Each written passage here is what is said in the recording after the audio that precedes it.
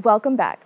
Last week, we got the chance to speak with Professor Danielle C. Ompad of the NYU School of Global Public Health, who gave us more insight on the monkeypox virus and what we need to know about it. Let's take a look. Another virus outbreak may slowly be on the rise. Monkeypox is the latest virus making its way around the globe, with at least 25 cases in the US. Joining me to discuss all there is to know about monkeypox is Professor of Epidemiology at the NYU School of Global Public Health, Danielle C. Ompad. Danielle, thank you so much for joining me. Thank you for having me. I really appreciate it. Now, I want to jump right into it because this is like I said, it's a new virus and not a lot of people know about it. Can you just explain what monkeypox is? Sure. So monkeypox is a viral infection similar to smallpox, but not smallpox, to be clear. And it was first discovered in an outbreak among a monkey colony that was used for research in the 50s. And then the first human case was identified in the 70s in West Africa. So it's basically an infection that causes a rash. It'll give you like little pustules on your skin. And for the most part, it's self-limiting. And for most healthy people, it lasts about 2 to 4 weeks. You'll be uncomfortable, but most people survive the infection. Now, according to the World Health Organization, more than 250 cases have been reported in at least 16 countries. How does this virus spread? So monkeypox is spread by person-to-person contact and by contaminated items. So what does that mean? That means that people who have infectious sores on their skin, if they are in contact with somebody else, they can transmit it that way. It also means that, let's say I have infectious sores on my skin. I put on my sweater and then I lend the sweater to somebody that could actually potentially transmit monkeypox as well. There is some evidence that there is aerosol spread. So, meaning if I'm in a room with you and we're speaking and I'm close to you, I could potentially spread it that way. But those are the main ways to transmit monkeypox. So the CDC raises the monkeypox alert to level 2. Can you just explain what that means? So, a level 2 alert means that you should practice enhanced precautions.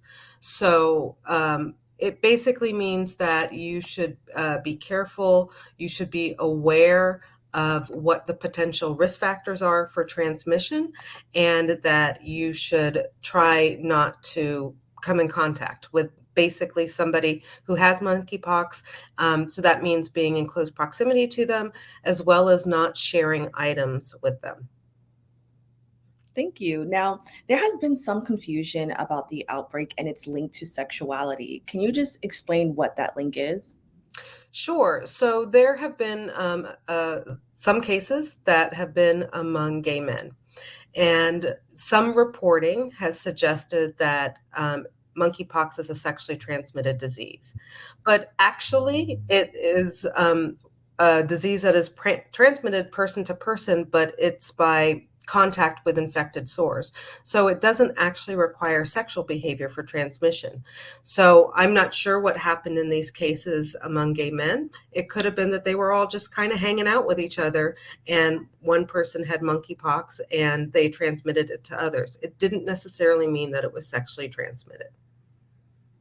Okay, so that kind of leads to my next question. And how can sexuality be a variable when it's not considered an STD? And are there other cases where something similar is like that?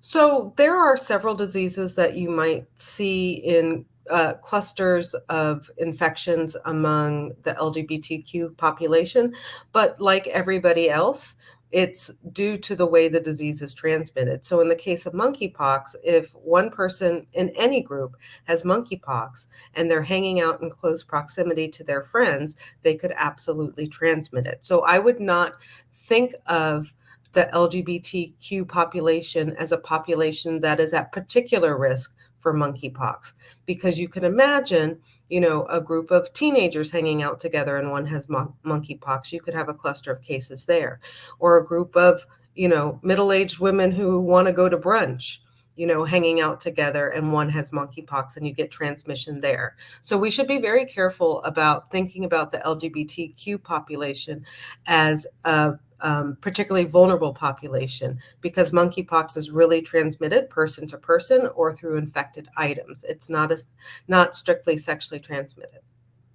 All right, thank you so much for clarifying that, because that was something that I was definitely really confused about. So I appreciate that. Now, I want to talk about the symptoms. What are the initial symptoms of monkeypox, and how would you know to spot them? Sure. So monkeypox symptoms are basically, it begins with fever, headache, muscle aches, backache, swollen lymph nodes, chills, and exhaustion. So it might feel like you're getting the flu. And the symptoms range from about 7 to 14 days, but can actually go from 5 to 21 days. And then within 1 to 3 days, or sometimes longer after the appearance of fever, patients will develop a rash. Often it begins on your face, and then it spreads to other parts of the body.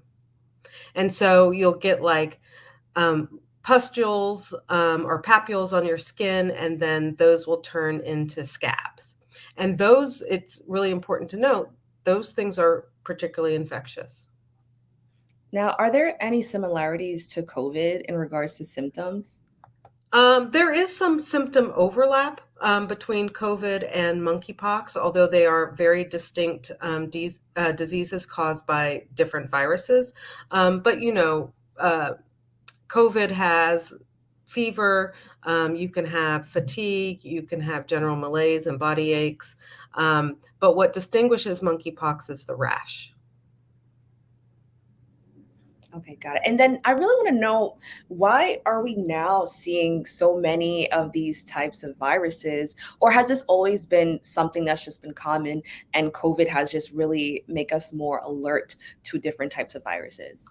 So monkeypox in particular has been endemic in West Africa. So that means that it's not uncommon in West Africa.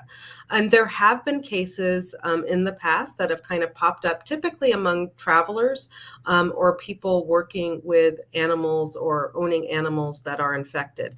So this is not a brand new disease, but it seems as though there is an increase in cases, perhaps due to animals, perhaps due to infected travelers. And I think that I'm not surprised that something like this happened. It's not something that I would necessarily panic about, but it is something that I would keep an eye on. Can you explain how monkeypox is treated? So monkeypox is basically, if you don't have any complications, you just got to kind of write it out. And the symptoms, you'll be uncomfortable. You need to kind of stay away from people. You need to make sure that you're washing your sheets and your clothes, and not sharing a bed with somebody who is not infected. But for the most part, you just kind of write it out. There are a few treatments that are used for people who have more severe cases, but generally most people will not be getting those types of treatments. So there are a few antiviral drugs. And will our current method of protection against viruses help at all? So that's an interesting question. So we have different methods for treating and preventing different viruses. So there are some viruses that are vaccine preventable, right? Like measles, mumps, rubella, yellow fever. We have vaccines that will protect us for those. For other viruses, we try to engage in behavior that will prevent us from being exposed to that.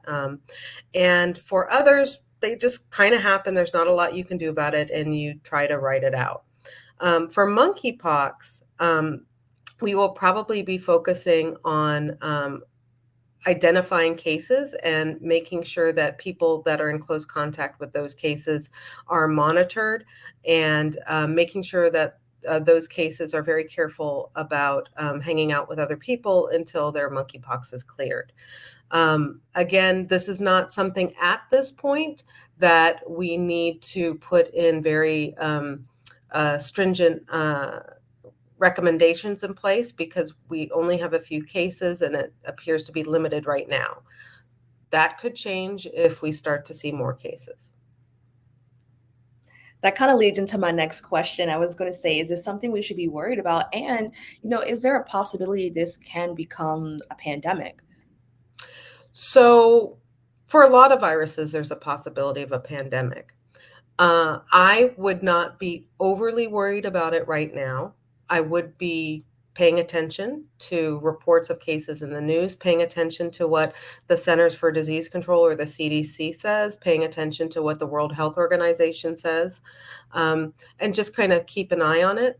But at this point, I would not be overly concerned and change my daily behavior. So I'm glad you pointed that out because I think with a lot of these viruses, and as I mentioned earlier, it seems like every couple of weeks there's something, and although it may not be new, it may be new to a lot of people. How do you I just encourage people to kind of like keep their mental health in check, not to get super, just overly anxious about all of these new things that we're hearing about.